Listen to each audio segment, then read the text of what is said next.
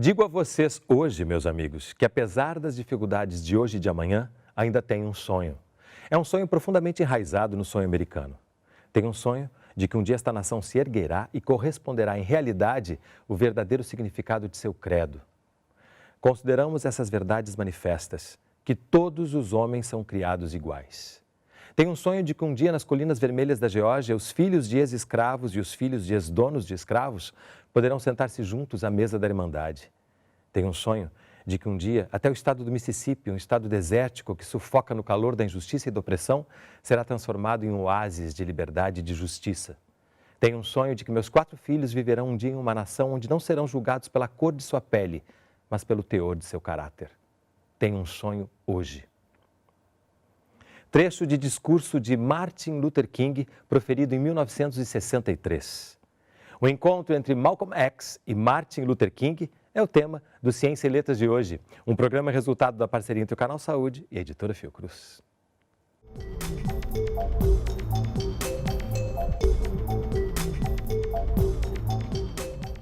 Conversam comigo, no estúdio do Canal Saúde, os atores Isaac da Hora e Rodrigo França. Sejam bem-vindos. Obrigado. Sejam bem-vindos em nome de Martin Luther King e Malcolm X, que estão entre nós. Isso. Eu queria começar mostrando esse programa de espetáculo, o Encontro, que faz com que esse encontro, que na vida não aconteceu, possa acontecer na arte. E aí quem assiste o espetáculo entra em contato com o pensamento desses 2 grandes homens do mundo, não só dos Estados Unidos.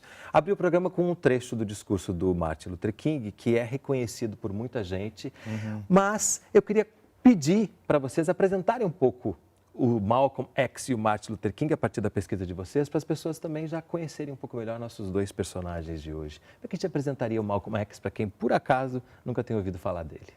Bom, o Malcolm X, na verdade, a gente está adotando o X adaptado para o português, justamente para aproximá-lo mais de nós brasileiros, né? Ele foi um grande ativista em prol dos direitos dos afro-americanos, da primeira para a segunda metade do século XX. Ele vem de uma família em que o pai dele era um grande ativista, um grande militante político, um seguidor das ideias do Marcus Garvey, que foi um jamaicano radicado nos Estados Unidos nas primeiras décadas do século passado. E, em função disso, já se começou a plantar na cabeça dele esses ideais de como dar empoderamento ao povo negro. E ele foi um líder que defendia o separatismo negro, o nacionalismo negro, ao contrário do que vai defender o Martin Luther King, que defendia a ideia de uma integração, de um integracionismo. Mas o Malcolm, ele é uma figura de muitas transformações. Tanto que, ao fim da vida, que é quando ele é retratado na peça, né, há 7 dias de ser assassinado, ele já vai estar com um pensamento diferente. Ele vai ter acabado de voltar de Meca, que é onde ele faz uma grande viagem espiritual, já depois de ter se convertido ao Islã. Então, ele já admite, nesse momento, uma possibilidade de negociação e de integração com os brancos, desde que haja um entendimento desses brancos em relação às demandas negras. A gente vai voltar a vários desses aspectos durante o programa, mas antes vamos ouvir quem é Martin Luther King. É bom falar no presente, né? Não é quem foi, quem é Martin Luther King? Um homem apaixonado pelo ser humano, que acredita no amor, que acredita na luta, independente da causa, sem utilizar a violência, né? É um homem que de Atlanta, que nasceu numa área bem separatista, né, em relação à segregação racial, e que vai utilizar de mecanismos de Gandhi, né, e de Jesus Cristo para poder fazer sua luta, né? Um reverendo, um grande ativista em relação aos direitos civis dos negros, né? Numa época que se separava os espaços, né, que eles falavam para brancos e não brancos, principalmente a relação dos ônibus, onde o negro, em muitos setores, muitas regiões dos Estados Unidos, não podia votar. E quando podiam votar, eram brecados por uma questão legal. Um homem apaixonado pelo mundo, né? Pelas questões da diversidade, da luta, e que mobilizava não só os Estados Unidos, mas como o mundo todo em relação à causa Pegar essa questão do separatismo para a gente entender de que Estados Unidos a gente estava falando, né? Que esses direitos civis ou não existiam ou quando existiam eram negados por os outros artifícios legais, né? E falar de Rosa Parks também, Sim. que eu acho que é uma figura emblemática, né? Que faleceu nesse século, né? Sim. E que foi também um grande estupim para essas questões todas Sim. quando se recusou a dar lugar Sim. para um branco no ônibus, No ônibus. né? E aí o Martin também já entra nessa história. Como é que a gente pode explicar um pouco isso, né? Esses Estados Unidos desse tempo em que essas dificuldades eram, não sem querer entrar no mérito do quanto mudaram hoje, elas eram muito visíveis, né? Do que podiam ou não podiam as pessoas negras. Na verdade, a gente pode fazer até uma comparação à realidade aqui do Brasil, né? Ao contrário do que aqui sempre se pregou a partir do século XIX, passando pelo XX, a democracia racial lá, essa filosofia era inexistente. A necessidade da divisão, você tem lá a lei da gota, que determina que você tendo uma gota de sangue de pessoas descendentes da África, que eles falavam dos escravizados, já se colocava como negro, e a necessidade de você não utilizar os mesmos serviços, os mesmos bens. Que, de uma certa forma, fez com que os negros norte-americanos pudessem se organizar. Já que a gente não pode utilizar a igreja de vocês, a gente vai criar a nossa. A gente vai criar o nosso banco, a gente vai criar o nosso supermercado e assim por diante. Mas o mais interessante nessa reflexão é saber que aqui sempre foi e ainda é velado. Lá não. Uma questão legal, se determinava que alguns eram superiores e outros eram inferiores. O que fez também com que essas duas figuras surgissem com vozes poderosas. Aliás, ambos têm uma oratória que você ouve e você fica assim, né? Hipnotizado pela maneira com que eles falam, né? E os diferenciava também que o Martin era do sul dos Estados Unidos, uma região muito mais conservadora e violenta, e o Malcolm transitava por Nova York num determinado momento da vida, especialmente no Harlem, né? Exatamente. O Harlem é um bairro fundamental, decisivo, fundamental. Eu, estudando a obra dele, eu penso que quando ele chega no Harlem é como se ele se convertesse a ele mesmo, né? Porque aí ele vai se tornar um Malcolm X. Inclusive, durante uma fase da vida, ele até pintava o cabelo, alisava o cabelo. Depois, quando ele entra em contato com Harlem, ele vai perceber o erro que ele cometeu antes, né? Ele vai dizer, não, a gente precisa se afirmar enquanto negro. E, nesse sentido, ele é muito importante para o orgulho negro, para essa cimentação do orgulho negro que a gente tem hoje, de você se assumir como você é, de você valorizar as coisas do negro. Ele já falava isso há mais de 50 anos. Então, esses personagens são muito contemporâneos nossos, eles são muito vivos.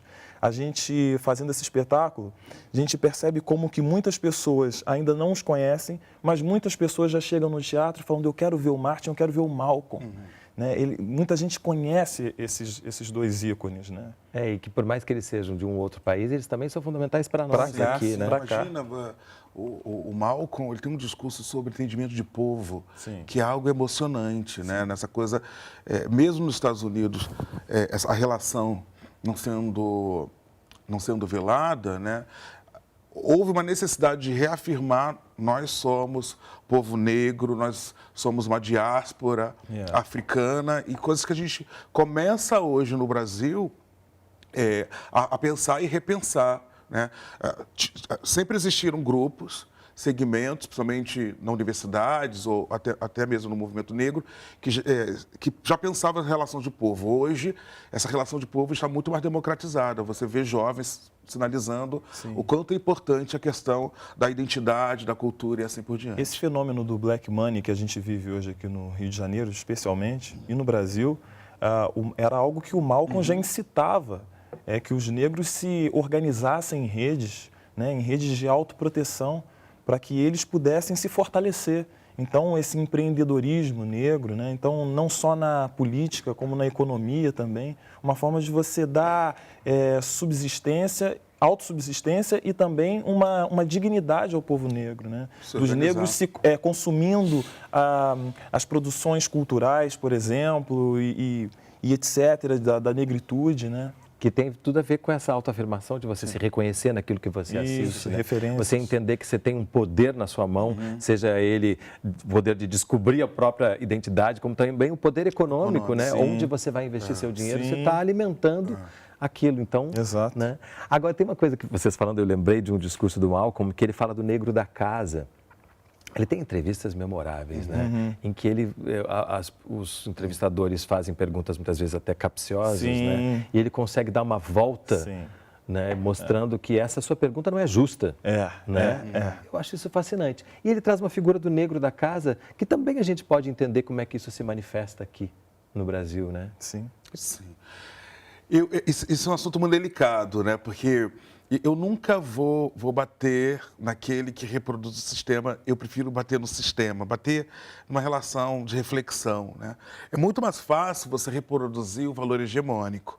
Então você vai ter muitos negros que vão reproduzir aquilo que é ditado, né? Aquilo que é ditado, e aí fazendo para esse recorte étnico-racial, pelo branco, que detém o poder, o privilégio, etc.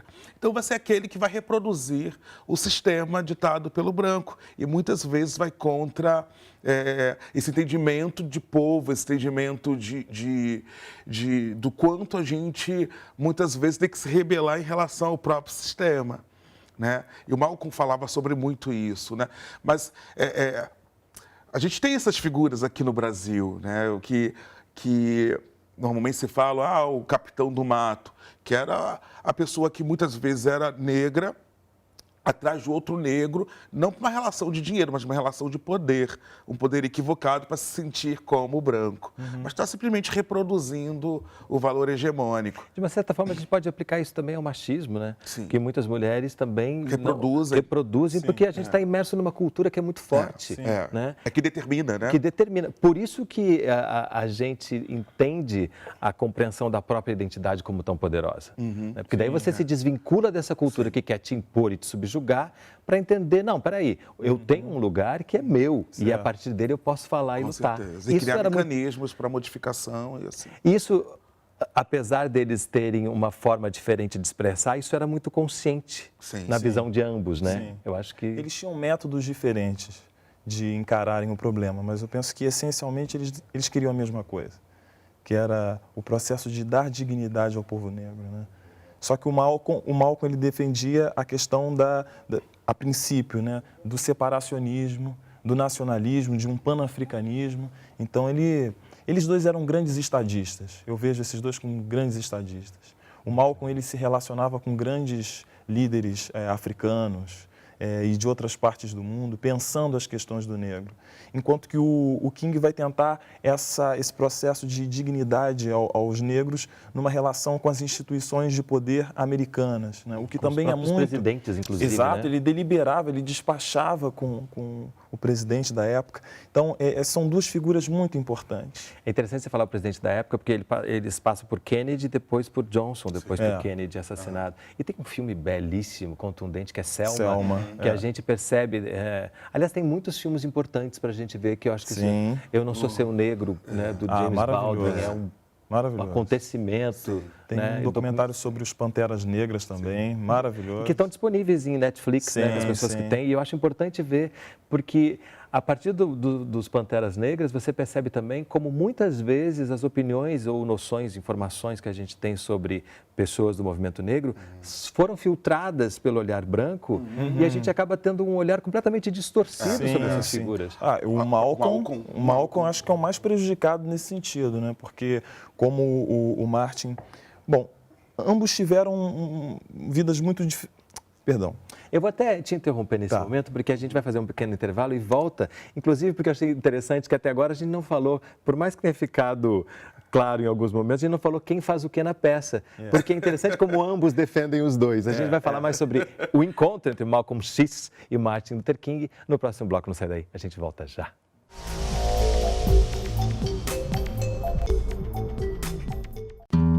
Sabe por que a amamentação é a base da vida? Porque o leite materno é muito importante, não só nos primeiros meses do seu filho. Os benefícios ficam para a infância, a adolescência e para a vida toda.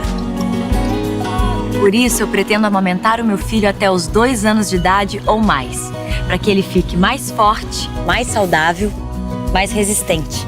A amamentação é a base da vida.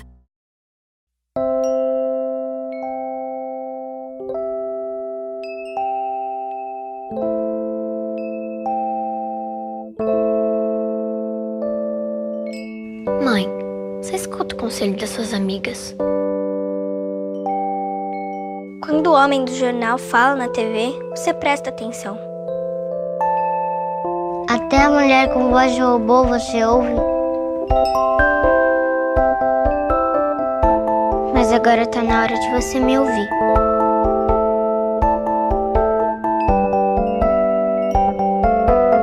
Mãe, quando você sair pra beber com as amigas, deixa o carro na garagem. Ô pai, deixa pra atender o celular depois da viagem. Pai, andar tão rápido é perigoso. A placa de pare é pra gente parar. Pai, não esquece de usar o capacete. Respeita quem tá andando de bicicleta.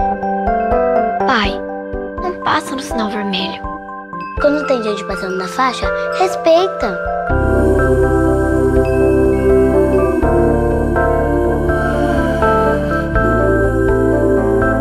Ouvir o conselho de quem te ama faz todo sentido. Faça sua parte para um trânsito mais seguro. Me ouça. Me ouça. Me ouça. Me ouça. Me ouça. Me ouça. Me ouça. Me ouça. Maio Amarelo. No trânsito, o sentido é a vida.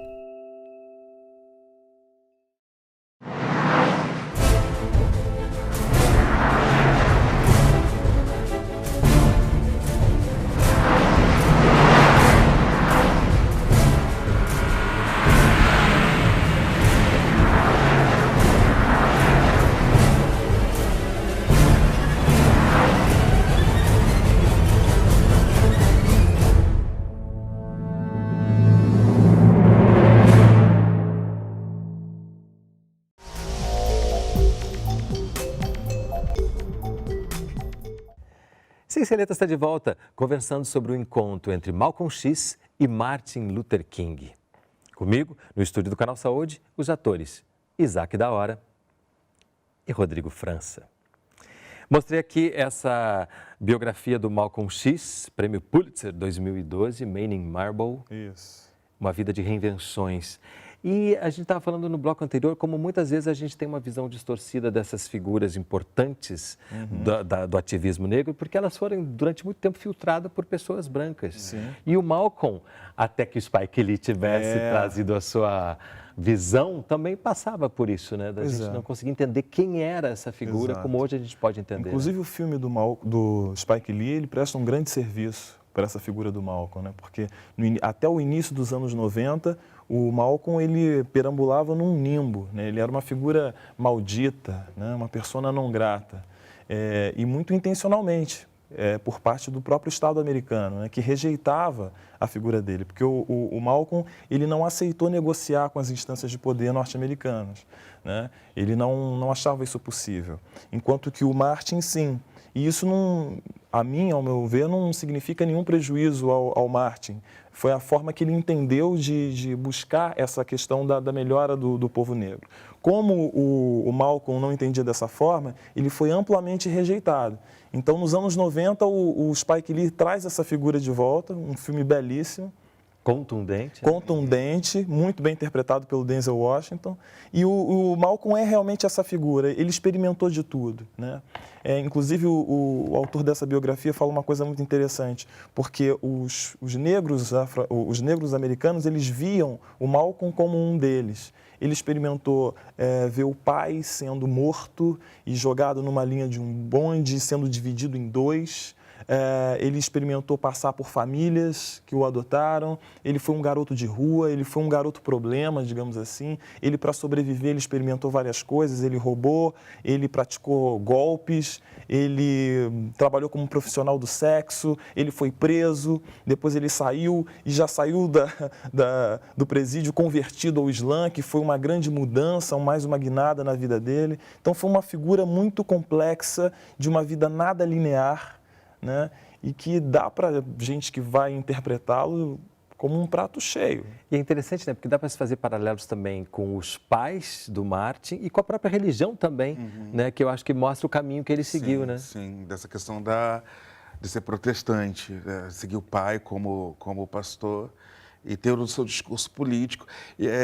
Tem muita gente que faz a comparação, né, ou até minimiza a relação do Martin, mas a gente tem que entender a relação da geografia, de você morar no sul dos Estados Unidos, essa relação política e religiosa. Né? Alguém que é protestante e que se coloca como cristão tem que discutir a partir do amor. Quando a gente fala nos dois, tem um dado que a gente não pode esquecer nunca, que ambos foram assassinados. Sim, e com a mesma idade. Com a mesma idade. O que reforça esse simbolismo dos dois também, né? E reforça também como que essas figuras, que são muito evidentes, contundentes em trazer verdades incômodas para o sistema, mais cedo ou mais tarde acabam sendo eliminadas. Exatamente. Né? Impossível não lembrar de Marielle Franco aqui no Brasil. Que morreu com a mesma idade dos dois, 39 anos. E eu acho que esse dado não pode nos escapar quando a gente pensa nessas duas figuras e no que elas legaram para o futuro. Né? Essa intolerância levando ao desaparecimento de duas figuras que transformaram o Brasil, olha o ato falho, que transformaram... Também. A gente sabe que também. Como é que a gente pode, então, a partir daí, você já desenhou um pouco isso no bloco anterior, né? Como é que a gente pode agora pensar no Brasil, esse mito da democracia racial que, felizmente, já foi posto por terra, e nessas lutas que a gente continua tendo que ter para que essa igualdade fique traduzida no dia a dia, né? Tem essa relação, já foi posto por terra em alguns segmentos. A gente precisa entender que cada vez mais que a gente fala sobre nossas mazelas, como racismo, LGBTfobia, como misoginia, a gente dá uma chance do país conversar e modificar suas estruturas, né? Existe ainda uma cultura no Brasil de colocar a culpa na vítima ou acreditar que cada vez mais que se fala de racismo, aumenta o racismo. É uma besteira, porque o racismo existe nessa terra há mais de 500 anos, né? Começando pelo povo indígena, depois pelo povo africano. Mas é nessa questão de assumir que é um país falho, que não é um país generoso, né, para a maioria, para essa população negra. A gente fala pela questão dos números, não é uma relação de achismo, quando a gente vai falar sobre violência obstétrica, quando a gente vai falar sobre a questão da educação, sobre a periferia, sobre a favela e sobre a comunidade carcerária, a gente vai verificar que é um país muito desigual e que a relação dos direitos civis que tanto pregavam os dois, né, King e Malcolm, a gente ainda tem muito que caminhar. Então, é conversar, é fazer o que como esse programa está fazendo, é falar, olha, a gente tem muito o que fazer. E entender também, a partir que quando eu fui assistir o espetáculo, fica para mim também uma noção muito grande de que, por mais que na realidade tenham sido dois homens diferentes, há muito dos dois em cada um de nós e ambos são necessários com seus pontos de vista para que a gente possa avançar, né? Isso é meio que uma tese que eu estou defendendo assim com esse espetáculo, e especialmente para quem é negro, né? Nós, negros, a gente pode pensar que a gente pode conjugar Malcolm e Martin dentro de nós. Esse sentido de urgência da luta e da denúncia, por exemplo, do Malcolm, e a capacidade de ter mais paciência e de conversar e de buscar frentes de negociação que a figura do Martin evoca, né? Eu acho fundamental ter os dois. Eles não são antagônicos. Não são antagônicos. E que maravilha que nós hoje, depois de 50 anos que eles estiveram no mundo, no planeta, a gente pode combinar os dois. Talvez naquele momento, para os contemporâneos deles, fosse muito difícil isso, porque como eles estavam no calor da hora, e a gente está vivendo um momento de muito calor no Brasil também, parece que você tem que, muitas vezes, entrar em polarizações. Decidir por um lado, decidir né? por ser um lado. Contra o outro. Exatamente. E não é esse o caso. Né? Ainda que muitas vezes a gente tenha que se posicionar mesmo, mas com esse distanciamento que a gente tem em relação aos dois, eu penso muito que tanto o Malcolm quanto o Martin, eles são imprescindíveis para a gente diariamente. Vocês percebem que isso acaba também afetando as pessoas que assistem o espetáculo? Muito. E percebendo isso, né? Muito, muito. A gente ouve esses relatos. Às vezes acorda o Martin, às vezes acorda o Malcolm, às vezes acorda o Martin e alguma circunstância da vida me leva a tomar uma atitude como o Malcolm. É delicioso, né? E, ao mesmo tempo, é interessante desconstruir essa dicotomia que muitas vezes as pessoas levam a ter em relação aos dois. Quer dizer, eu vejo que o Malcolm também amava muito, e a peça mostra muito isso. Os dois nas relações que eles tinham com as suas famílias. Ele se sentia culpado, por exemplo, de não estar com as filhas. Ele tinha 6 filhas e não podia estar com elas nem com a mulher. Isso acontecia com o Martin também, Com né? o Martin também, os dois sempre passando de hotel em hotel, em situações muito difíceis, muitas vezes perseguidos, né? Vigiados pelo FBI. Então a peça traz essa relação humana dos dois, que é muito importante. E essa relação também do poder com as pessoas que ousam falar contra o poder também. Isso aparece muito na vida deles, nesses filmes que a gente assiste, né? Como a gente precisa estar atento o tempo inteiro às manobras do poder, né? Aquela célebre frase, o que é preciso mudar para que as coisas permaneçam como estão? Sim. Né? Então, acho que isso também ambos mostram para a gente, né? Temos que estar atento a, muitas vezes, uma mão que é estendida, que na verdade é estendida para jogar você para fora da luta, né? Para puxar para outro canto. Tem uma fala da peça que o Malcolm diz que é muito interessante. O que pode ser modificado não precisa ser eliminado.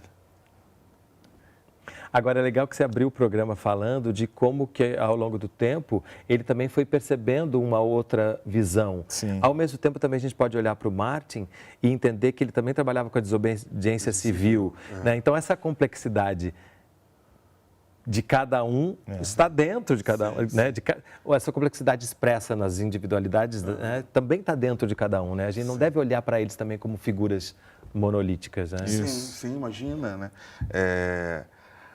O próprio sistema faz com que você repense as suas atitudes, né? Os métodos relacionados à sua luta. Então, quando a gente fala sobre amor, sobre a não violência, né? Não significa que você concorda com a estrutura. É só um método. E com certeza, o King, quando você vai estudar a biografia dele, você vai verificando que ele vai permeando por vários sentidos e entender que também a luta ela é necessária a partir também de ser enfático, né? O amor, porque a gente tem uma ilusão do amor bobo, o amor romântico. Mas o amor, ele pode ser, sim, instrumento de guerrilha, na medida que você ama o outro, você quer transformar o outro, e você pode sentir raiva. Ele dentro, não era bobo. Está contido no mesmo sentimento. Não é um amor bobo. Ele sentia raiva, ele sentia incômodo. Né? Tem uma parte do espetáculo que ele fala, para mim não é fácil ver os meus sendo mortos, atacados, arriscar a vida dos meus próprios filhos, a minha própria vida. Né? Não era fácil para ele, mas é um amor diferente que é muito difícil de resumi-lo. Né? Muito difícil, porque a gente construiu um amor que não é o que ele sentia. Tudo isso que a gente falou aqui ao longo do programa vai ficando também nítido no espetáculo, né? De como que essas figuras não são antagônicas. E eu acho que convergem. Por isso esse nome, o encontro. Pois é, e ainda emerge um ecumenismo, porque de um lado é um pastor protestante, do outro lado um ainda recém-convertido ao Islã, né, e que estão ali próximos, percebem que o que os une é muito mais forte, muito mais poderoso do que o que supostamente os separa. Né?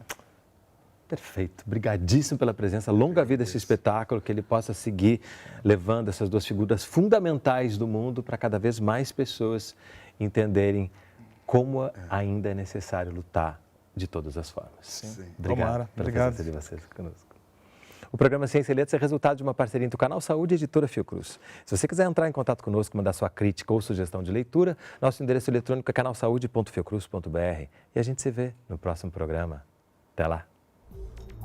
Para entrar em contato com a Editora Fiocruz, acesse www.fiocruz.br/editora ou ligue para 21 3882 9007.